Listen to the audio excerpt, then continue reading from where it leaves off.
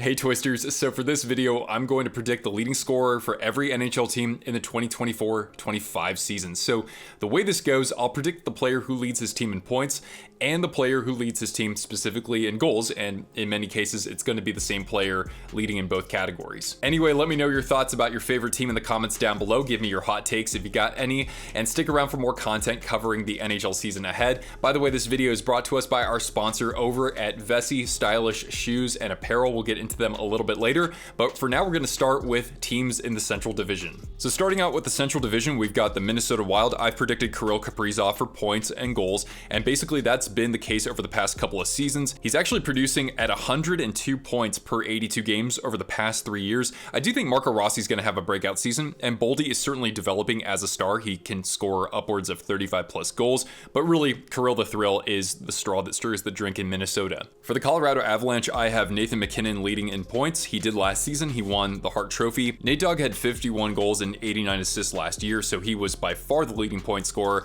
so I think it's safe to pick him there. Mikko Rantanen scoring over 100 points last 2 years. I think he could lead this team in goals. He had 55 2 years ago. We'll go with Mikko for goals. For the Blackhawks, I'm selecting Connor Bedard as the leading point scorer. Now, Taylor Hall was injured last year. He's actually won a Hart Trophy before. You had Philip Kurashev breaking out for 54 points in 75 games. They brought in Teuvo Teravainen. They also have Tyler Bertuzzi out there now, but I think that Bedard is going to break through this year. In 68 games, he had 22 goals and 39 assists for 61 points. Just shot at 10.7% out there, so I think it's going to go up for him. He'll be over the 30 goal mark. However, I've got a bit of a hot take. I think Tyler Bertuzzi, who did 3 years ago have 30 goals in 68 games, he'll be the leading goal scorer for the Blackhawks this year, but by a very small margin. For the Predators, now they added Steven Stamkos and Jonathan Marchessault. Marchessault with over 40 goals last year. Stamkos had 81 points last year, but Philip Forsberg had quite an amazing season. In 82 games, he had 48 goals and 46 assists for 94 points. You can't count out Roman Josi in the scoring race. He had 85 points this past season. 3 years ago, he had 96, but I'll still take Philip Forsberg in the prime of his career to lead in both categories. For the Dallas Stars, in points, I'm choosing Jason Robertson. He did lead the team this past season. He actually regressed a little bit with a career low shot percentage, but he still managed 29 goals and 51 assists. And then you had Wyatt Johnston, Matt Duchene, and Roope Hintz with 65 points. And in his last 3 seasons, Roope Hintz has scored 37, 37, and 30. And certainly I could choose Robertson to lead the team in goals. Tyler Seguin actually had 25 in just 68 games. Wyatt Johnston led the team in goals this past season. Just awesome progression from his rookie season to his second season. He went from 24 to 32 goals. So I'm going to pick Wyatt Johnston for goals. For the St. Louis Blues, Robert Thomas should lead the team in points once again. Now, Jordan Kyrou is the perennial 30 to 35 goal scorer, but Thomas actually set a career high with 26 this past season. He also had 60 helpers to hit 86 points. That was 19 clear of Jordan Kyrou for second place. I also love me some Pavel Buchnevich, but between those two players, I'll pick Thomas for points and I'll pick Kyrou for goals. For the Winnipeg Jets, it's kind of a back and forth between Kyle Connor and Mark Scheifele. Scheifele led the team this past season in points, but I'm going to choose Kyle Connor this time around. He didn't play the full season. In 65 games, he had 34 goals and 27 assists. He's capable of scoring upwards of 40 plus goals quite easily. He could score over 20 of those on the power play. Josh Morrissey could actually enter the conversation as well for the team's lead in points, but I'm going to pick Kyle Connor to kind of bounce back and be healthy for the full year and really kick ass out there. And then for Utah, it is kind of tempting because you have some young firepower that hasn't quite developed to the peak of their capabilities just yet. You have Logan Cooley in his second year. Dylan Guenther had 18 goals in just 45 games, but I still have to go with Clayton Keller for both categories. He's been at the top of the roster in those categories the past couple of years. He could score upwards of 30 to 40 goals, although I wouldn't be all that surprised if somebody like Guenther or Cooley could be over 30 goals. All right, so that was the Central Division. We'll get to the Pacific in just a second, but first, a word from our esteemed partner over at Vessi. These new courtside classics from Vessi are some of the most comfortable and versatile shoes that I've owned. Right away, I was impressed by how light they were, and yet the materials felt durable, especially the rubber midsole and the stretchy padded tongue. Now, I don't think I can pull off many looks when it comes to style, but I had no problem slipping on these 90s inspired kicks and cruising around downtown Spokane with my girl Cortana. We passed by our local arena, and I'll be sure to catch a game in these soon, and then we strolled all along the riverfront and, as always, made time for a bite. I gotta say, Vessi nailed it with a sleek and functional shoe that is now my go-to for all sorts of activities, exploring around the city, dates with my other half, running errands, or even trips to the dog park. Speaking of, it doesn't matter if I'm stepping through soggy grass or puddles, or in a few months a few inches of fresh snow. I know my Vessis will keep my feet dry with their advanced waterproofing, and I bet they'll feel just as comfortable after plenty of mileage in various conditions. I definitely recommend stepping into a pair of Vessis to see for yourself, and right now you can save 15% on your entire first order at vessi.com/twister. And for those in the States and Canada, get this, most shoe orders will also unlock free shipping. I'll place my link in the pinned comment below for you. Thanks Vessi for hooking me up with some awesome kicks. Alright, now let's get back to our video. Now let's go to the Pacific. For Edmonton, it's got to be Connor McDavid in points. He's really created a lot of separation between him and the rest of the roster. In 82 games, he had 32 goals. That was down from the 60 plus that he had put up before. He had 100 assists though for 132 points. Zach Hyman led the team last year with 54 after 36 in the previous year. McDavid can fluctuate with his goal scoring, so I'm going to go with the guy who's the most consistent in that category, and that is Leon Draisaitl in a contract year. For the Vegas Golden Knights, I'm choosing Jack Eichel for both goals and points. Marchessault actually led the team last year, but Eichel led in points per game. Mark Stone's actually still producing close to a point per game, but his durability is a question mark, and the same can be said with Tomas Hertl. Now, William Karlsson actually had 60 points in 70 games this past year, but that's because he scored 30 goals, whereas in the previous 4 years, he didn't even top 15, so I can't quite have him in the running for either categories here. Eichel in 63 games, 31 goals, 37 assists for 68 points. He was also a point per game the previous year, and I think that he's going to be counted on as the catalyst for that offense. For the Seattle Kraken, I thought that maybe I could choose somebody like Jordan Eberle to lead his team in goals, or Matty Beniers to bounce back and really break through. I even thought about Chandler Stevenson, who they signed in the offseason. I liked what he did with Vegas quite a bit, but it's got to be Jared McCann. He's led the team in goals every single year, and he's also led in points, I think, for every year as well. McCann is capable of scoring over 40 goals. He doesn't get quite the assists, but again, Seattle relies on sort of a coalition of weapons out there to put the puck in the net versus one specific line. For the LA Kings, I'm actually going to choose Adrian Kempe for both goals and points. He's scored over 40 in his career at one point. He led the team last year with 75 points in 77 games.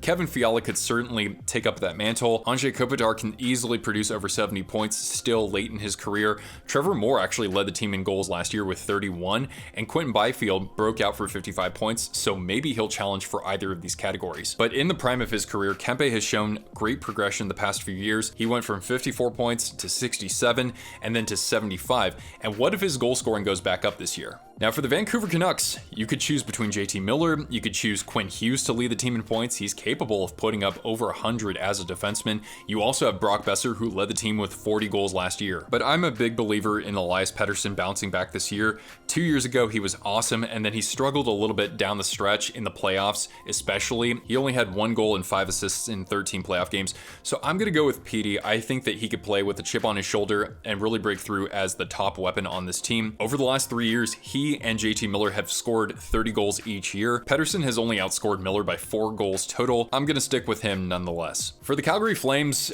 this is a bit of a question mark, I think. Nazem Kadri led the team in points this past season, and I don't necessarily expect one of these other guys to be able to break through and really improve or build upon what they did this past season in order to surpass Kadri.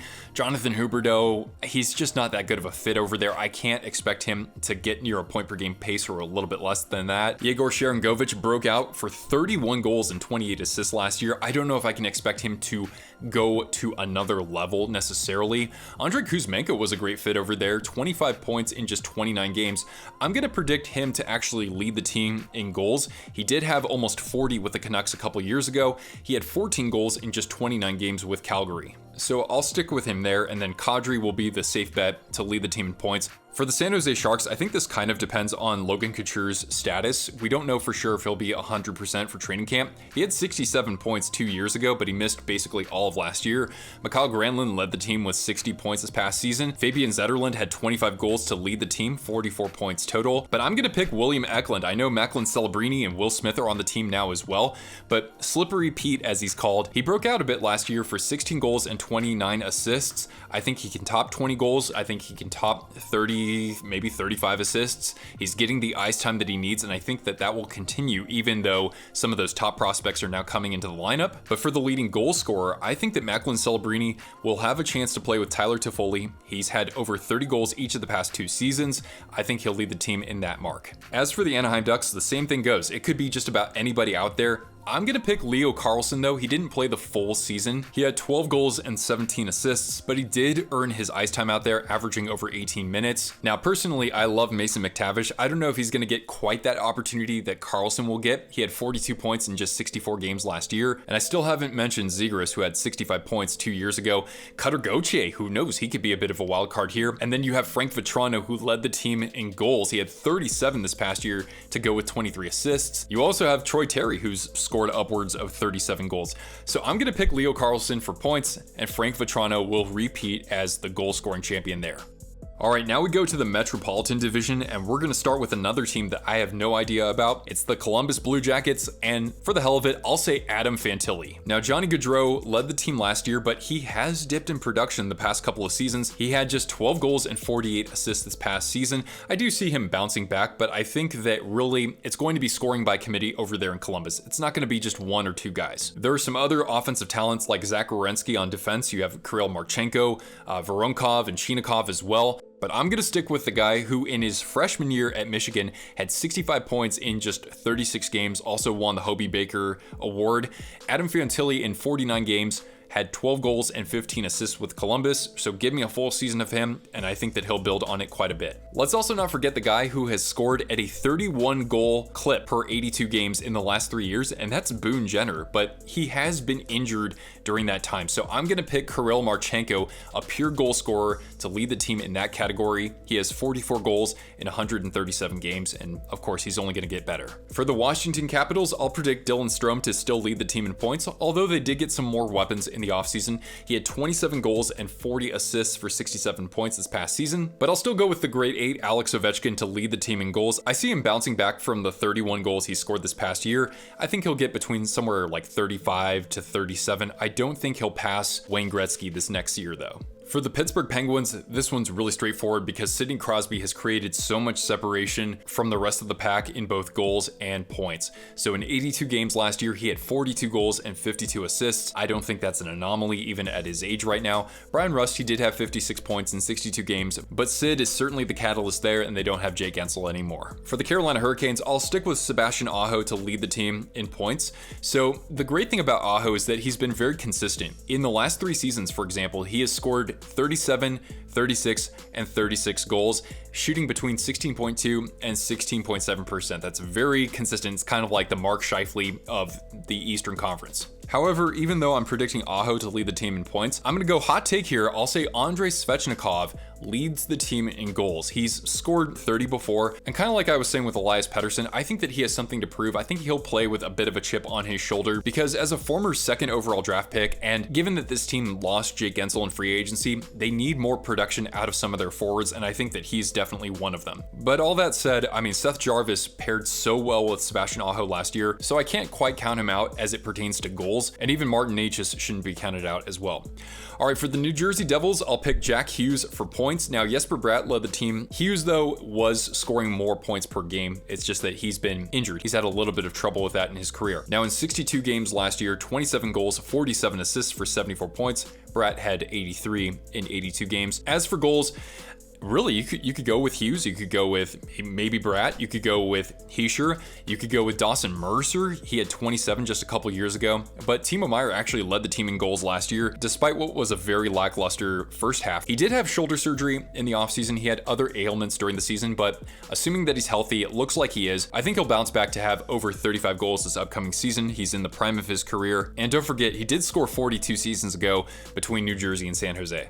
Now for the New York Rangers, I'll choose Artemi Panarin. He led the team in points last year. He had his best career shooting percentage at 16.2%. He had 49 goals and 71 assists. The next closest on the team was Vincent Trocheck with 77. And you still have really good weapons supporting Artemi Panarin like Mika Zibanejad. Adam Fox can also produce at over a point per game pace. And as for goals, I'll stick with Chris Kreider. He's been the most consistent in that category. He had 39 this past season, 36 the year before that, and 52 looking at 3 seasons ago. For the Philadelphia Flyers, let's pick Travis Konechny for points. He led the team in that category each of the past 3 years. Even though his points per game actually regressed this past season, he still had 33 goals and 35 assists to lead the team by a 15-point margin. And who knows, maybe he could top over a point per game if he plays with Matvei Michkov this upcoming season. As for goals, I don't see why Konechny can't have over 30 this upcoming season. However, Owen Tippett, 27 goals and 28 goals the past 2 years, so hot take, I'll say Owen Tippett explodes for over 30 himself and leads his team. And then we have the New York Islanders. I'll pick Matt Barzal for points. He led the team last year. Really great bounce back for him. He had his best season since his rookie year,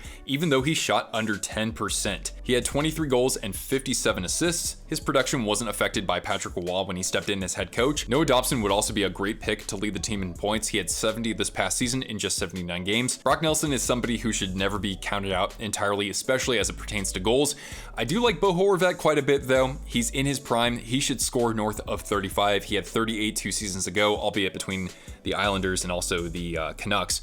But I think he'll lead the team this year. But don't forget, Kyle Palmieri actually had 30 this past year.